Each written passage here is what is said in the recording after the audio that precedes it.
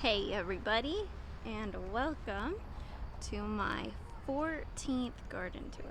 Today we're going to be touring the garden, but also I have some tomatoes that I need to harvest, so we're going to do that as well. So first things first is my peppers. I think this is the first week I'm actually really happy with my peppers. You can see my 3 big ones. We've got one starting to turn color, which is really exciting. So fingers crossed that they don't rot or get eaten before I get to eat them. And also, these peppers, the purple ones on this plant, have like doubled in size since last week. They just suddenly had a growth spurt, so that's really exciting. We have another one turning red. Like, there's just lots of stuff going on with the pepper. Probably sometime this week, I'm going to take out any of the pepper plants that don't currently have peppers on them, just because peppers take so long to mature, so there's no point in waiting for one pepper to fully develop. It's just not worth it when I could plant like 12 beets in that same spot. So next week, this garden is probably going to look a lot different, because I would say half the pepper plants I'm probably going to pull out this week. The beans are really starting to die back now. And you can see over here especially, these ones are really starting to dry up, so that's great. I'm gonna be saving a lot of these for seeds so that I always have green beans available. I have a headless giant sunflower and one here, a few around. There they are. I just filmed a video of me harvesting these sunflowers. It will probably come out on Monday. It depends on if I like how it turns out or not, but that's them. Look, this is the giant one. Oh, it's so heavy. It's huge. I just want to show you compared. It's literally the size of my head. She's got a good profile. Hello. So that's really cool. I've never harvested sunflower seeds before. So I'm gonna take them and hang them in my basement to dry for a few months, but it's pretty cool. So sometime this week I'm gonna need to use like a saw to take down these sunflowers. It's crazy, especially this one in this bed. I've already planted beets and turnips right around the base of it, so I'm not gonna actually pull the whole thing out. I'm just gonna cut right at the base, leave the root system, and then at the very end of the season, I'll probably pull it out. We'll see. I know it's good to leave them right in the ground because that's just more organic material, but they're just like literally like trees. So I don't know if that's gonna break down in one winter. Oh, hello. We've got a lot of germination going on. So the white tags are turnips. You can see we've got lots, and the yellow tags are beets. There's lots of germination going on this week. Also, check this out. These sweet alyssum I planted in the spring, and they barely made it through these heat waves. They were suffering. Most of this summer, they looked like they were dead. But they had enough green in them that I just left them.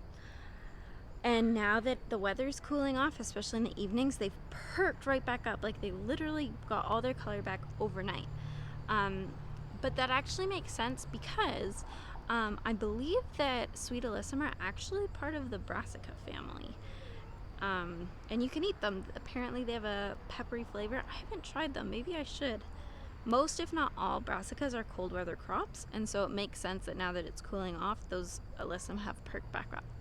So that's very exciting. And here's the other bed. You can see I have germination in my kale, both varieties. We've got some flowers. My beans have sprouted.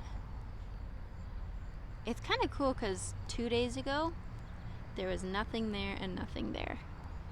And this is neat. So see that striping? These are all dragon's tongue bush beans, and they actually get purple striping, and I did know that the plant themselves can get that purple striping, so that's cool. Here I have my fall crops hardening off. I have some spinach, some cauliflower, and Brussels sprouts, and there might be one broccoli. I think I started my spinach too early. I think I could actually direct sow spinach now, and it would do better. So I might do that. I'll plant those out, but I might also direct sow some spinach just to see. And here are my tomatoes. So there's lots of green ones, but there's lots that are ready to be harvested. So let's get my basket. Come with me through the jungle. Here we go. And let's do this.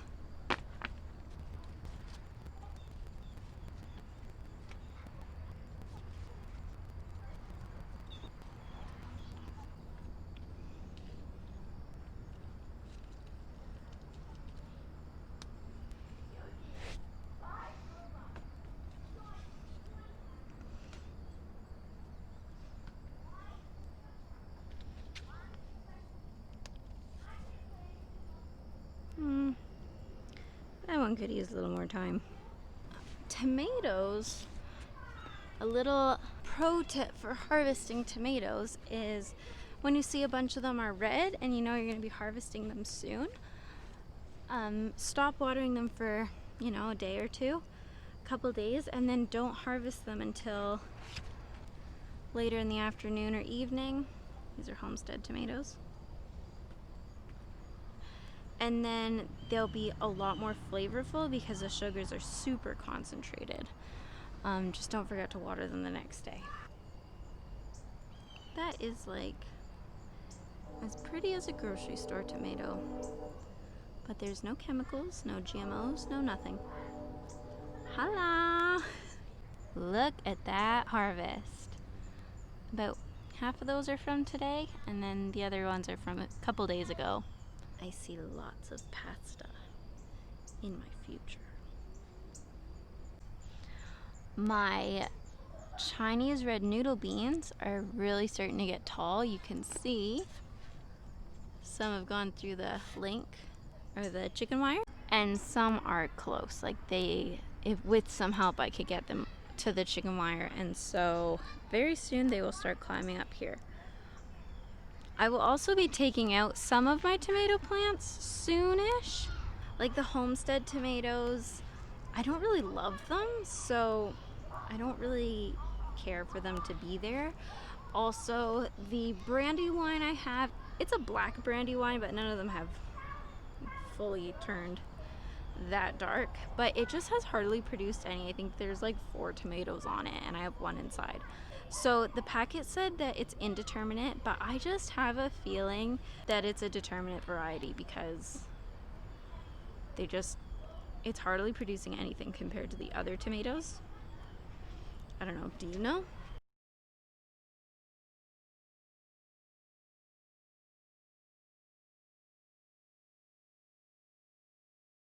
So I already pulled out the other one that was,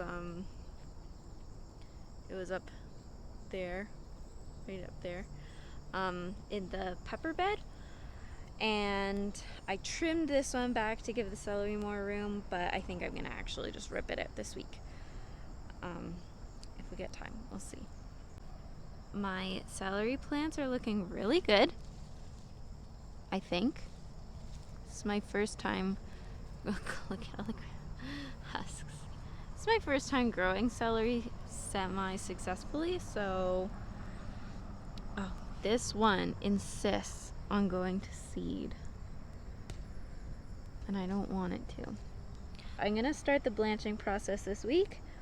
I don't know if it's the right time. So somebody commented saying that you're supposed to start blanching 3 weeks before harvest, which I did know that. I had read that, but I got these as starts, so I don't know exactly how old they were when I got them. I know I got them around May long weekend, which is like the last or second last weekend of May.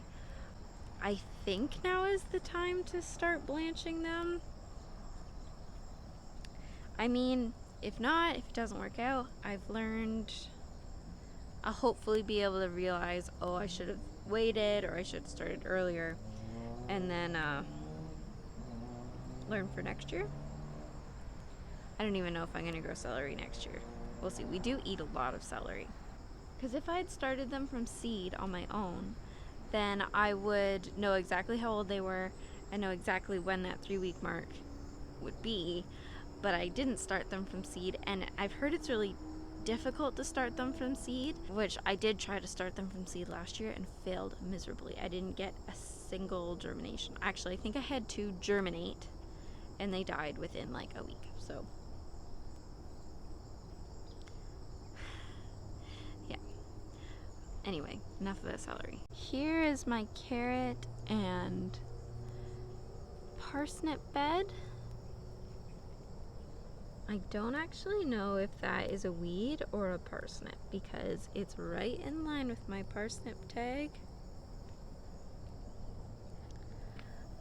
But, well, yeah, it does look kind of like these, so maybe it is. Anyway, I planted a whole bunch more last night, and I've got a little bit of room on the end. I'll probably fill that with carrots next week. Look at this one guy germinating. I wonder if that's real or if that's a weed. So last night I thinned a bunch of these out, and we've actually had more germinate overnight, but that's a weed. Yeah, they're looking good. I've got really high hopes for these parsnips and carrots. I love parsnips and carrots. Love them, like a beef stew packed full of parsnips and carrots is just, yes, so good. So I'm really excited about those, and they should be ready in time for Thanksgiving, which is time for parsnips and carrots. And I haven't shown you this in a while, but we have, oh, that one's not ready. Look at that funny shaped radish. Probably could pick him, and that one too. I actually already picked one. It was massive.